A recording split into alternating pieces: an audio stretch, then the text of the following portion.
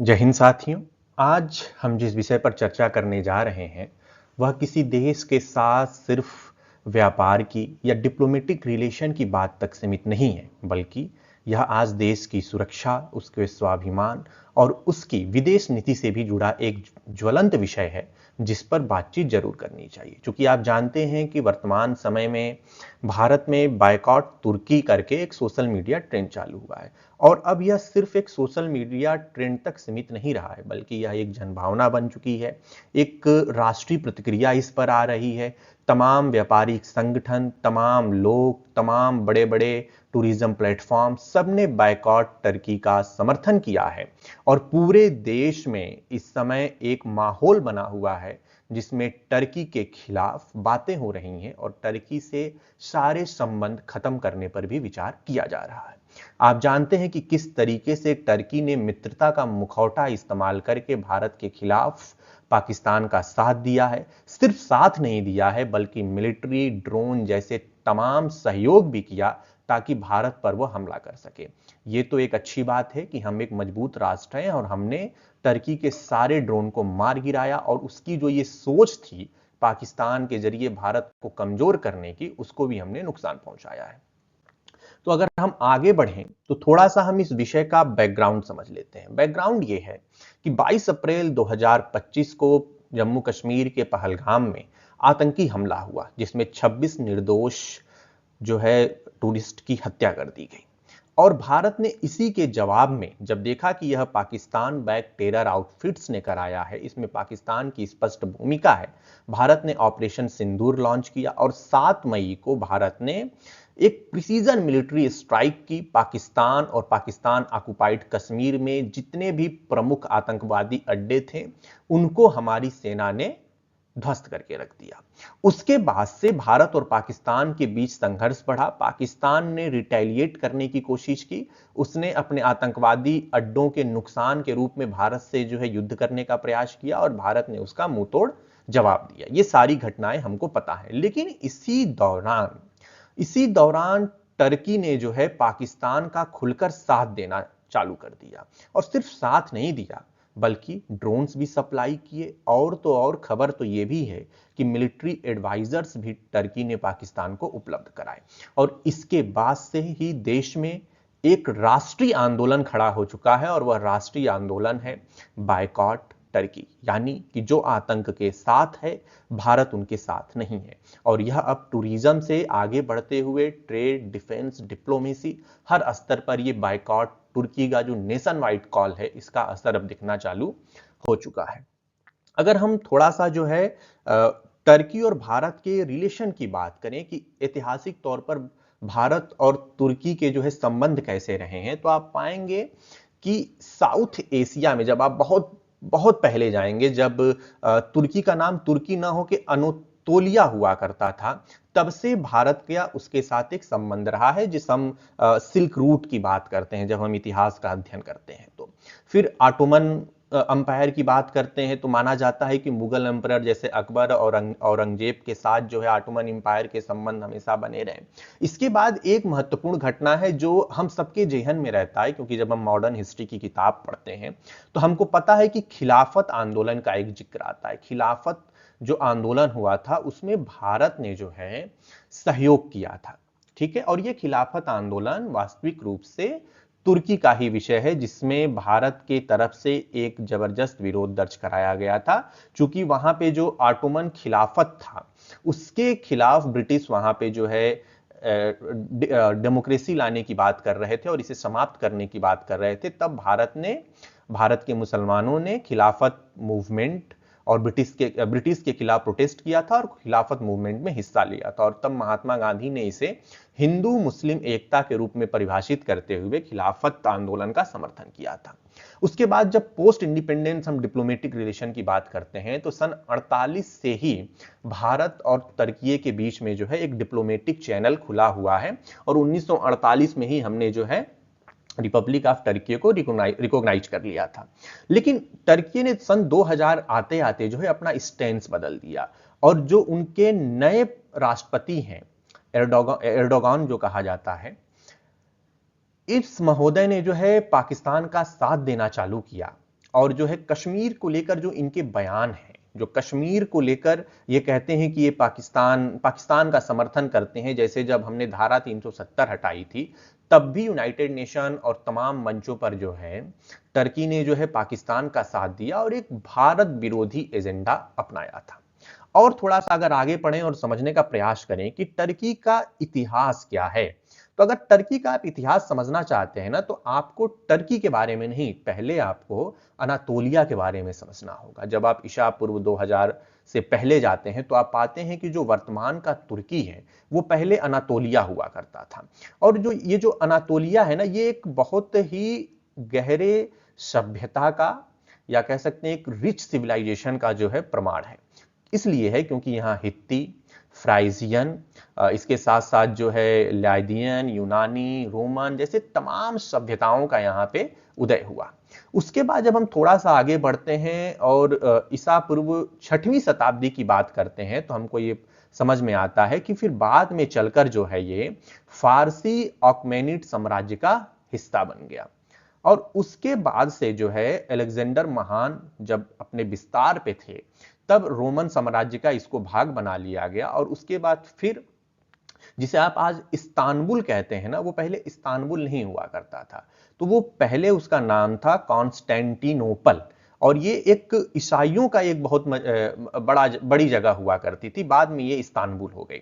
उसके बाद से वहां एक साम्राज्य की स्थापना होती है और उसको कहते हैं विजांटिन साम्राज्य। ईसाई धर्म पर आधारित जो ये विजांटिन साम्राज्य था, इसकी स्थापना होती है और रोमन साम्राज्य का ये पूर्वी हिस्सा बन जाता है। फिर जो ये आपका इस्तांबुल है, जिसे पहले जो है कॉन्स्टेंटिनोपल कहा जाता था, ये ईसाई धर्म का एक केंद्र बनकर वहां उभरता है और लगातार जो है लंबे समय तक ये वहां बना रहता है। लेकिन उसके बाद से ये जो सेल्जुक तुर्क हैं, ये अनातोलिया में प्रवेश करते हैं। सन 1071 में बैटल ऑफ मंजीकर्ट होता है और बैटल ऑफ मंजीकर्ट के बाद से ही तुर्कों की स्थापना अनातोलिया में होती है, जहां इस्लाम का प्रभाव बढ़ता है। और यहीं से ईरानी संस्कृति के प्रभाव में सेल्जुक तुर्क जो है इस्लामिक संस्कृति, वास्तुकला और प्रशासनिक प्रणाली स्थापित करने के प्रयास में आगे बढ़ते हैं और यहीं से जो है आज के टर्की के स्थापना की शुरुआत होती है। तो यहीं से हम इसको जो है ऑटोमन एम्पायर कहते हैं, जो ऑटोमन एम्पायर बाई उस्मान प्रथम के रूप में जाना जाता है। अब थोड़ा सा आप अगर और आगे बढ़ेंगे, 1299 के बाद बढ़ेंगे, तो 1453 में जो महमूद द्वितीय हैं, उसने जो है कॉन्स्टेंटिनोपल को जीतकर इसे इस्तांबुल बना दिया और यहीं से बिजांटिन साम्राज्य के अंत की भी शुरुआत हो गई थी, जब 1453 में महमूद द्वितीय ने इस्तांबुल की स्थापना की। 16वीं और 17वीं शताब्दी में हम पाते हैं कि जो ऑटोमन साम्राज्य है वह 3 महाद्वीपों तक फैल जाता है, यूरोप, एशिया और अफ्रीका। और ये जो कैलिफेट लिखा है ना, ये बेसिकली यही खिलाफत है। और 20वीं सदी आते आते जो है ब्रिटेन ने खिलाफत को खत्म करने के लिए एक अभियान चलाया और यही वो समय है जब भारत में खिलाफत आंदोलन चला, जिसमें गांधी जी का भी समर्थन मिलता। ये 1919 से 1924 का जो है समय है। तो हिस्ट्री ऑफ टर्की इस तरीके से चलता है। 13वीं शताब्दी में वहां ऑटोमन एम्पायर का उदय होता है। फिर 1453 में जो है वहां पे इस्तांबुल बनाया जाता है। जो कॉन्स्टेंटिनोपल जगह है उसको खत्म किया जाता है, उसी को इस्तांबुल कर दिया जाता है। और फिर जब खिलाफत आंदोलन, ब्रिटिश हुकूमत खिलाफत को खत्म करने के लिए आती है, तो 1923 में जाकर जो है वो रिपब्लिक ऑफ टर्की बनता है और वहीं से एक रिपब्लिक ऑफ टर्की की शुरुआत होती है। ये जो खिलाफत शब्द है ना, चूंकि ये एक इस्लामिक हिस्ट्री का शब्द है और ऐसा माना जाता है कि जो खलीफा है वह प्रॉफिट मोहम्मद के सक्सेसर हैं। और यही जो खलीफा शब्द है ना, यही अफ्रीका, एशिया, अरब, इन सबों को जोड़ती रहती थी। तो ब्रिटिश पावर ने जो है 1923 में इस खलीफा के कॉन्सेप्ट को रिपब्लिक ऑफ टर्की में बदल दिया। और यहीं से जो है ये decline and fall of empire की शुरुआत है, जहां ऑटोमन एम्पायर गिर जाता है, रिपब्लिक ऑफ टर्की की शुरुआत होती है, जिसको फाउंडेड करते हैं मुस्तफा केमल अतुर्क 1923। और यहीं से जो है तुर्की गणराज्य की स्थापना की शुरुआत होती है। तो उसमें क्या होता है, एक तो हम खिलाफत को समाप्त होना देखते हैं, दूसरा इस्लामिक कानून की जगह नागरिक संहिता वहां लागू की जाती है, अरब लिपि की जगह रोमन लिपि अपनाई जाती है। उसके बाद से जो है धर्म और राज्य को अलग, मतलब एक सेकुलर स्टेट बनाने की बात की जाती है, एक राष्ट्रवादी स्टेट बनाने की बात की जाती है और एक रिपब्लिक स्टेट बनाने की बात की जाती है। वहां लैटिन स्क्रिप्ट में सुधार किए जाते हैं, सिविल लॉ में सुधार किए जाते हैं, महिलाओं को अधिकार दिया जाता है और खिलाफत को खत्म कर दिया जाता है। फिर आगे चल के सन 1952 में टर्की नाटो का सदस्य बन जाता है, यानी कि अमेरिका के समर्थन में वह साम्यवादी खतरे से बचने की स्थिति में आ जाता है। क्योंकि आप जानते हैं कि नाटो की एक बहुत सिंपल सी फिलॉसफी है कि हम में से किसी एक पर जो है हमला हम सभी पर हमला माना जाएगा, यानी कि टर्की को जब 1952 में नाटो की मेंबरशिप मिल जाती है तो टर्की खुद को बहुत सुरक्षित महसूस करने लगता है। और उसके बाद से जो है नव ऑटोमन सोच की शुरुआत होती है। और ये जो मैं कह रहा हूं कि नव ऑटोमन सोच क्या है, इसके लिए आपको थोड़ा सा जो है बैक में जाना होगा और ये समझना होगा कि जो एर्दोगन है ना, जो इस समय वहां के जो है राष्ट्रपति हैं टर्की के, वो एक धार्मिक राष्ट्रवाद की तरफ बढ़ रहे हैं। और उनका ये मानना है कि जो ओटोमन साम्राज्य था, जो एक मतलब मुझे लगता है इतिहास में सबसे लंबा साम्राज्य भी उसको देखा जा सकता है एक रूप में, तो वो एक नव ओटोमन सिद्धांत की तरफ बढ़ रहे हैं, जहां वो धार्मिक राष्ट्रवाद की तरफ बढ़ रहे हैं। और धार्मिक राष्ट्रवाद, मेरा कहने का मतलब ये है कि जो इस्लाम धर्म मानने वाले देश हैं, खासकर पाकिस्तान, मलेशिया, ऐसे देशों को वह अपने प्रभाव में ले रहा है। और प्रभाव में लेकर जो है वो चाहता है कि एक धार्मिक राष्ट्रवाद के बल पर एक नई इस्लामिक सत्ता खड़ी जाए, जिसमें टर्की उसका लीडर दिखाई पड़े। वहां पे प्रेस की स्वतंत्रता नहीं है, धर्मनिरपेक्षता नहीं है, वहां के अपोजिशन पे बहुत बहुत सख्ती बरती जा रही है। और एक तरीके से कहें तो ये जो एर्दोगन वहां का राष्ट्रपति है, एर्दोगन इस समय वहां पे एक डिक्टेटर की तरह टर्की को रूल कर रहा है। और तुर्की की आज जो विदेश नीति है वो इस्लामी देशों के समर्थन पर आधारित हो चुकी है, जैसे कि आपने अभी देखा कि किस तरीके से पाकिस्तान का खुला जो है साथ टर्की ने दिया है। अब अगर हम भारत तुर्की संबंधों की दृष्टि से अगर ऐतिहासिक घटनाओं का एक निचोड़ निकालें तो हमें यह समझ में आता है कि भारत ने टर्की में खिलाफत आंदोलन में ब्रिटिश के खिलाफ गया था, महात्मा गांधी ने उसका समर्थन किया था। सन 1948 में ही हमने जो है, जब वो रिपब्लिक ऑफ टर्की बना, जब हम आजाद हो गए, तो हमने अपने राजनयिक संबंध स्थापित कर लिए। लेकिन शुरू में हमारे संबंध जरूर सौहार्दपूर्ण रहे हैं, लेकिन कश्मीर के मुद्दे पर जब टर्की ने खुद को जो है नियो इस्लामिस्ट डिक्टेटर के रूप में बढ़ाना चालू किया, तो उसने कश्मीर के मुद्दे पर पाकिस्तान का इस्लाम धर्म के आधार पर साथ देना चालू कर दिया। और 2023 में आपको याद होगा कि भारत ने इन तमाम चीजों को भूलकर, जब वहां भूकंप आया था, जब टर्की में एक विनाशकारी घटना घटी, ऑपरेशन दोस्त के तहत सहायता भेजी थी, लेकिन 2025 में पाकिस्तान का और आतंकवाद का समर्थन कर भारत ने तुर्की के खिलाफ अब बायकॉट आंदोलन की शुरुआत की है, क्योंकि उसे लगता है कि उसे अब धोखा मिला हुआ है। तो जब तुर्की के इन्वॉल्वमेंट की हम बात करते हैं तो आप जानते हैं कि पहली चीज तो ये थी कि जो राष्ट्रपति हैं उन्होंने पीएम शहबाज शरीफ को फोन करके ना सिर्फ डिप्लोमेटिक सपोर्ट दिया, बल्कि साथ ही साथ मिलिट्री और तमाम सहयोग देने की बात कही और भारत की आलोचना की। एर्दोगन इसके अलावा 350 ड्रोन की सप्लाई करते हैं पाकिस्तान को, और उसके साथ साथ मिलिट्री एडवाइजर भी उपलब्ध कराते हैं। यही जो ड्रोन थे, 8 और 9 मई को हमने देखा था कि किस तरीके से जम्मू से लेकर भारत के भुज तक इस पूरे बॉर्डर इलाके में इसी ड्रोन से पाकिस्तान ने भारत के ऊपर हमला करने की कोशिश की, जिसे भारत ने बहुत ही इफेक्टिवली इंटरसेप्ट किया और न्यूट्रलाइज कर दिया। और दुनिया ने भारत के जो है इंडियन डिफेंस सिस्टम की धाक को देखा, उसके इंडिजीनियस कह सकते हैं कि डिफेंस सिस्टम की धाक को देखा। और अब तो फॉरेंसिक एविडेंस भी बताते हैं कि टर्किश के ही जो सोंगर ड्रोन्स हैं उनका इस्तेमाल भारत के खिलाफ पाकिस्तान ने किया था। यानी इसके अलावा और भी एक महत्वपूर्ण बात थी कि भारत ने 2 टर्किश ड्रोन ऑपरेटर को न्यूट्रलाइज कर दिया जब वो पाकिस्तान के ऊपर काउंटर स्ट्राइक कर रहा था। तो अब अगर थोड़ा सा बढ़े तो इसी घटना को लेकर भारत में जो है ट्रिगर हो गया कि हम जिसको दोस्त समझते थे, हमने की सबसे कठिन समय पे हम पहले देश थे जिन्होंने टर्की की वहां पे आए भूकंप में मदद की थी, वही टर्की हमारे खिलाफ जा रहा है।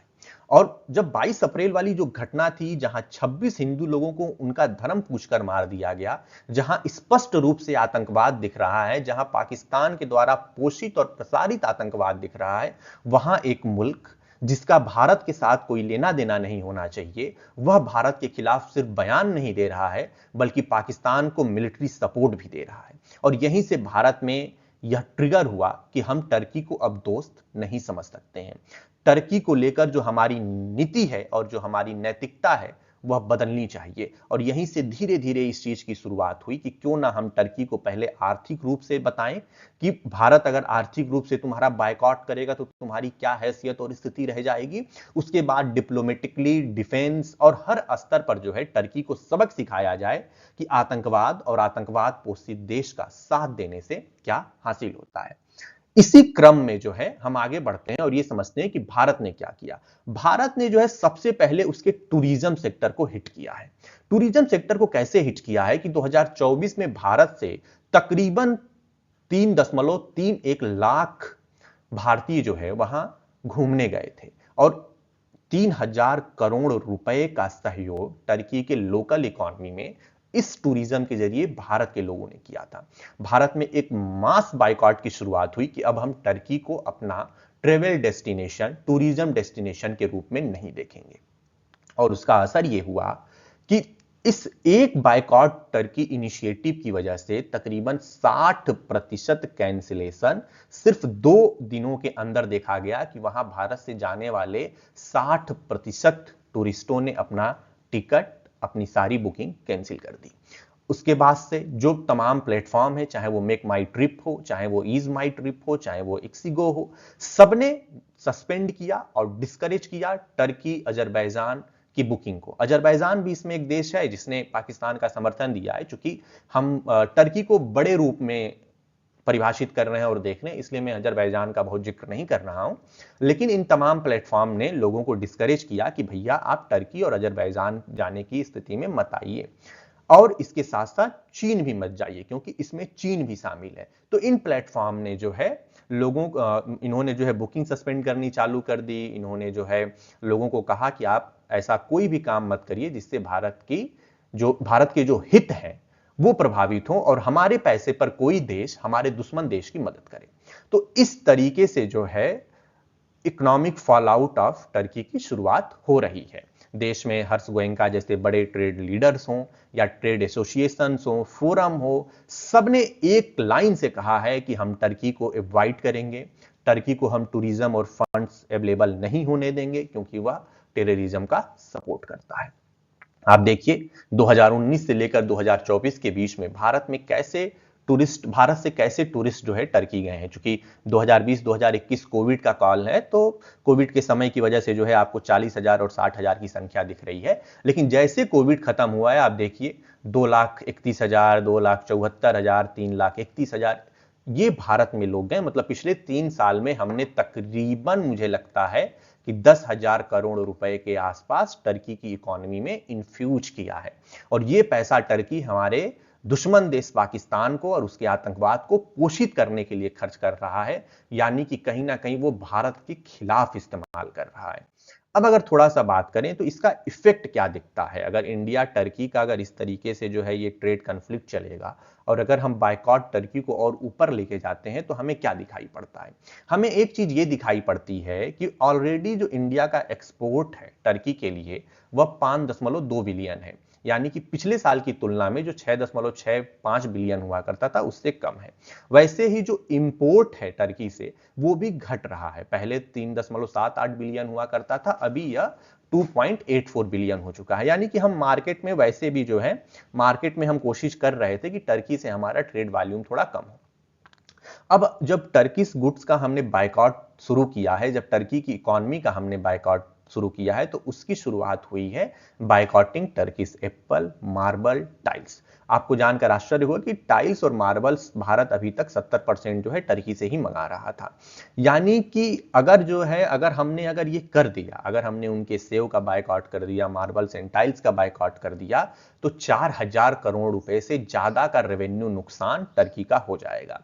इसके अलावा अगर आप देखेंगे तो हमारी जो लोकल इंडस्ट्री है, जैसे उदयपुर है, अब उदयपुर जो है मार्बल मैन्युफैक्चरिंग के लिए एक बहुत अच्छी जगह है। अगर हम जो है टर्की से जो है मार्बल को कम करेंगे इंपोर्ट करना, तो हमारे जो है लोकल मैन्युफैक्चरर की भी बढ़ोतरी होगी। तो इस तरीके का ट्रेड रिलेशन हमको करना होगा और हमें जो है किसी भी तरीके का जो है फ्यूचर बायलैटरल ट्रेड पोटेंशियल को कम करना है, ताकि टर्की हमारे द्वारा अर्जित आय का इस्तेमाल पाकिस्तान को मदद करने और पाकिस्तान में आतंकवाद के जरिए भारत को नुकसान पहुंचाने के लिए न कर पाए। तो ये एक छोटा सा आप ट्रेड फिगर देख सकते हैं कि ऑलरेडी जो है हमने एक्सपोर्ट में जो है हमारे गिरावट हुई है और हमने इंपोर्ट में भी टर्की से गिरावट एक दर्ज की है। अब बात करते हैं कि इन्वेस्टमेंट और स्ट्रेटेजिक फॉल आउट कैसे होगा टर्की का। तो एक तो हमने ये देख लिया कि किस तरीके से व्यापार प्रभावित होगा। दूसरी चीज है कि भारत ने ऑलरेडी टर्की में जो है 227 मिलियन डॉलर का इन्वेस्टमेंट करने की मतलब कर रखा है। वहीं जो टर्की कंपनियां हैं उन्होंने भी भारत में 200 मिलियन के आसपास का निवेश कर रखा है। यानी कि अगर हम इसे फ्रीज कर देते हैं, अगर हम ये कैपिटल फ्लो फ्रीज करें, तो बायलैटरल इन्वेस्टमेंट में देखें तो बहुत नुकसान नहीं दिखाई पड़ता है। दूसरी चीज, भारत ने अभी अभी India cancelled 2.3 billion Naval contract. हम उनसे जो है एक फ्लीट सपोर्ट शिप बनाने की बात कर रहे थे, उसको भी हम कैंसिल कर रहे हैं। भारत की तमाम विश्वविद्यालय और तमाम संस्थानों ने जो वहां के विश्वविद्यालयों के साथ एमओयू था उसको कैंसिल किया, जिसकी शुरुआत जवाहरलाल नेहरू विश्वविद्यालय से हुई, जिसने वहां के इनोनू यूनिवर्सिटी से जो है अपना करार खत्म कर दिया। इसके अलावा एक देशव्यापी ये आपको इंस्टीट्यूशनल डिस्करेजमेंट दिखाई पड़ता है, जहां हम देखते हैं कि भारत के तमाम संस्थाएं, तमाम ट्रेड बॉडीज, तमाम और भी जो फैक्टर्स या स्टेक होल्डर्स हो सकते हैं, सबने बायकॉट तुर्की का समर्थन किया है और जिसकी वजह से टर्की के ऊपर भी अब असर दिखाई पड़ रहा है। इसके अलावा अगर आप ट्विटर ट्रेंड को बहुत अच्छे से अगर वर्ड क्लाउड में अगर एनालाइज करिए, मैंने किया तो मैंने पाया कि जो सबसे बड़ी चीज निकल कर आई वो थी नो ब्लड बुकिंग्स। यानी कि हम टर्की में टूरिज्म के लिए कोई बुकिंग्स नहीं करेंगे, क्योंकि इसके जरिए हमारे अपने लोगों का ब्लड बह रहा है, हमारे अपने लोगों का आतंकवादियों के द्वारा हत्या की गई है। दूसरा, इंडिया फर्स्ट की बात की गई, सेम नो टू टर्की की बात की गई, रिजेक्ट टर्किश मार्बल की बात की गई, इकोनॉमिक स्ट्राइक की बात की गई और आत्मनिर्भर भारत की बात की गई। तो ये मैंने कुछ ट्विटर और सोशल मीडिया ट्रेंड्स को एनालाइज किया है और मैंने पाया कि इस तरीके की चीजें निकलकर सामने आ रही हैं। अब इसको थोड़ा सा और आगे बढ़े तो हम देखते हैं कि सबसे ज्यादा जो बायकॉट का असर है वो टूरिज्म पे दिखाई पड़ता है। तकरीबन जो बायकॉट इंटेंसिटी है वो 95% के आसपास दिखाई पड़ती है। वहीं अगर हम एप्पल की देखें तो 85% के आसपास जो है बायकॉट टर्की एप्पल की इंटेंसिटी दिखाई पड़ती है। ऐसे ही एजुकेशन, डिफेंस, मार्बल, इन सबों में भी मतलब कोई भी ऐसा नहीं है जहां 50% से ज्यादा की इंटेंसिटी सिर्फ 3 से 4 दिनों में नहीं दिखाई पड़ती है, और ये एक बहुत बड़ी बात है। ऐसे ही अगर हम थोड़ा सा और आगे बढ़ें और ये समझने का प्रयास करें कि अब टर्की के लिए इसके क्या मायने हैं, इस जो इस्लामिक सोच वाला ये जो राष्ट्रपति है एर्दोगन, इसके लिए जो है क्या मायने हैं, तो सबसे पहली चीज कि सिर्फ टूरिज्म से भारत जो है टर्की को 3000 करोड़ का नुकसान कर देगा। और जो ट्रेड मार्बल्स की बात में कर रहा था, एप्पल की बात में कर रहा था, और भी जो डिफेंस वगैरह के टाई अप थे, भारत टर्की को तकरीबन 20,000 करोड़ रुपए के आसपास का नुकसान सिर्फ बायकॉट टर्की के जरिए कर देगा। जो उनका की एक्सपोर्ट्स था, जो marble, fruit, chemical, construction material वो कर रहे थे, बहुत बड़ी गिरावट आएगी, जिससे टर्की की इकोनॉमी, चूंकि पहले से वो फ्रेजाइल है, पहले से कमजोर है, उस पर और प्रभाव पड़ेगा। अगर आप उसके फॉरेन रिजर्व की देखेंगे तो वो ऑलरेडी उसका जो नेट रिजर्व है वो नियर टू जीरो है। यानी कि ऐसे फ्रेजाइल करेंसी और ऐसे फ्रेजाइल इकोनॉमी के लिए ट्रेड बैलेंस करना बहुत मुश्किल हो जाएगा। और भारत के इस बायकॉट तुर्की के बाद से ये जो एर्दोगन है इसको संभलना मुश्किल हो जाएगा। इसके अलावा हम अब हमारा अगला कदम जो होना है वो ये होना है कि we will strategically isolate Turkey in South Asia. तो अगर टर्की ने प्रो पाकिस्तान स्टैंड लिया है तो हम भी जो है डिप्लोमेटिकली डिस्टेंस मेंटेन करेंगे और अपने सॉफ्ट पावर का इस्तेमाल करके इस पूरे साउथ एशिया रीजन में अब टर्की को आइसोलेट कर देंगे। और हर, चाहे वो G20 का फोरम हो, यूनाइटेड नेशन का फोरम हो, हर जगह हम इस बात को उठाएंगे कि any country who is supporting terrorism will be no more friend to India. और ये इशारा सीधे सीधे टर्की और अजरबैजान और चीन जैसे देशों के लिए होगा कि अगर आप पाकिस्तान द्वारा पोषित प्रसारित आतंकवाद का समर्थन करेंगे तो भारत के साथ आपके किसी भी तरीके के संबंध नहीं रहेंगे। और इस तरीके से जो है हम टर्की को एक लॉन्ग टर्म डैमेज पहुंचाने वाले हैं जिसकी कल्पना भी उसने नहीं की थी। वो एक जो ये भूखे गरीब पाकिस्तान देश को धर्म के आधार पर समर्थन करके सोचता है कि वह एक नया इस्लामिक टेरिटरी खड़ा कर लेगा, तो ठीक है, एर्दोगन को जल्द ही समझ में आएगा कि भारत के साथ इस दुश्मनी का नतीजा क्या मिलने वाला है। अब इसकी थोड़ा सा हम जो है अगर ब्रॉडर जियोपॉलिटिकल इंप्लीकेशंस की बात करें तो पहली चीज तो यह है कि भारत की जो विदेश नीति है वो अब एक अलग किस्म की हो चुकी है। जो बायकॉट है ना, this boycott completely reflects a shift in India diplomatic posture combining military response with economic and citizen led pressure. यानी कि अब हम सिर्फ मिलिट्री से हमला नहीं करेंगे, हमारी अर्थव्यवस्था इतनी मजबूत है कि हम तुमको आर्थिक रूप से भी कमजोर करेंगे और हमारे यहाँ जो सिटीजन लेड प्रेशर है उसका भी असर अब हमारे फॉरेन पॉलिसी पर दिखाई पड़ने लगा है। दूसरी चीज कि अब टर्की को जो है एक न्यूट्रलिटी बनाने में, जो उसका इमेज है वो न्यूट्रल बनाने में बहुत समय लगेगा, क्योंकि if Turkey has aligning with the Pakistan it simply means that it is against India and Turkey risk losing credibility as a balanced actor in global forum like G20, OIC and United Nations.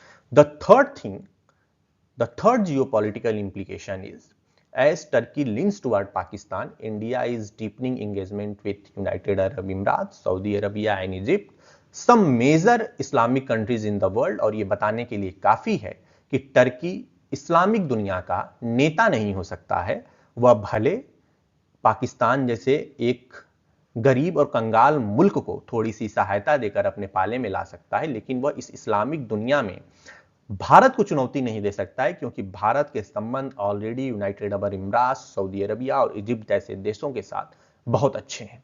इसके अलावा जो multilateral corporation की बात की जा रही थी, चाहे वो क्लाइमेट हो, ट्रेंड हो, एजुकेशनल इनिशिएटिव की हो, अब टर्की भारत के साथ कोई सहयोग स्थापित नहीं कर पाएगा।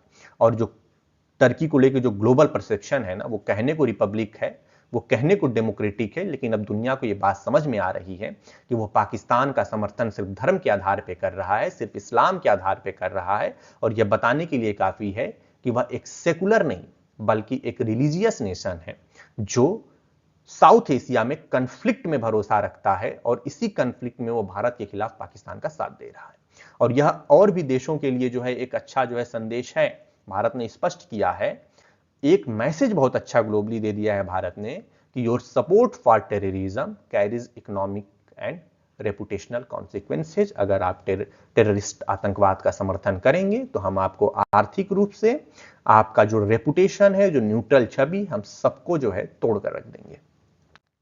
और अगर हम थोड़ा सा इससे और रिलेशन निकाल कर ले जाना चाहें कि हम कैसे इस चीज को समझ सकते हैं, तो जो इंडिया ने जो बायकॉट टर्की का जो कॉल दिया, इसमें जो 2-3 चीजें बहुत अच्छी निकल के आती हैं। एक तो सिटीजन सेंटीमेंट को हमेशा समझना चाहिए। दूसरा, नेशनल सिक्योरिटी को लेकर कोई भी कंप्रोमाइज नहीं होना चाहिए। अगर कोई दुश्मन देश है और अगर जो है दुश्मन देश का कोई देश साथ दे रहा है और वह हमारे खिलाफ इस्तेमाल कर रहा है, तो नेशनल सिक्योरिटी के साथ कोई कंप्रोमाइज नहीं होगा। दूसरा, भारत ने बताया कि उसकी फॉरेन पॉलिसी बदल चुकी है, वह प्रोटेक्टिव नहीं है, वह जो है अब खुलकर जो है सामने आएगा। अगर उसको जरूरत पड़ेगी तो वह रिस्पॉन्ड करेगा इकोनॉमिकली, मिलिट्रली और सोशली। और इसके अलावा उसने ये भी बता दिया है कि भविष्य में भी India must factor in national sentiment anything specially regarding terrorism, sovereignty and bilateral respect. तो यह है कि अब जो है दुनिया का कोई भी देश टर्की के इस उदाहरण के बाद से इस चीज को तो समझ रहा होगा कि भारत के खिलाफ खुलकर सामने आने का मतलब है कि भारत का दुश्मन हो जाना, क्योंकि भारत ने अब अपनी नीति बदल दी है। और कंक्लूजन में सिर्फ एक लाइन हम कह सकते हैं कि India boycott of Turkey is more than economic. इसको आप सिर्फ आर्थिक रूप से बायकॉट का मत देखिए, बल्कि यह एक बहुत बड़ा शिफ्ट है जहां नेशनल इंटरेस्ट, सिटीजन सेंटीमेंट और इकोनॉमिक लिवरेज के आधार पर एक नई स्ट्रेटजिक पोस्चरिंग की शुरुआत भारत ने की है। दूसरी जो महत्वपूर्ण चीज है कि वह जो ग्लोबल पार्टनर्स हैं उनको एक वार्निंग है। वार्निंग ये है कि सपोर्टिंग टेररिज्म और undermining India sovereignty will trigger national labor consequences. It may be political, it may be diplomatical, it may be economic, it may be reputational. And last thing which I would like to mention that the era of business as usual with hostile state is over. India is now a nation that remember its friends and does not forget its foes. तो Turkey सावधान रहे। तुर्की को जल्द ही समझ में आने वाला है कि उसने क्या किया है, और जो उनके राष्ट्रपति हैं एर्दोगन, उनको भी समझ में आने वाला है कि इस पूरी लड़ाई में जिस तरीके से उन्होंने पाकिस्तान का और पाकिस्तान के आतंकवाद का साथ दिया है, इसका असर और इसका परिणाम जल्द ही उनका मुल्क भुगतने वाला है। धन्यवाद। मुझे उम्मीद है कि आपको मेरी यह रिपोर्ट पसंद आई होगी। ऐसे ही तमाम डिटेल रिपोर्ट के लिए, तमाम डिटेल चर्चा के लिए आप मेरे साथ जुड़े रहिए। जय हिंद, जय भारत।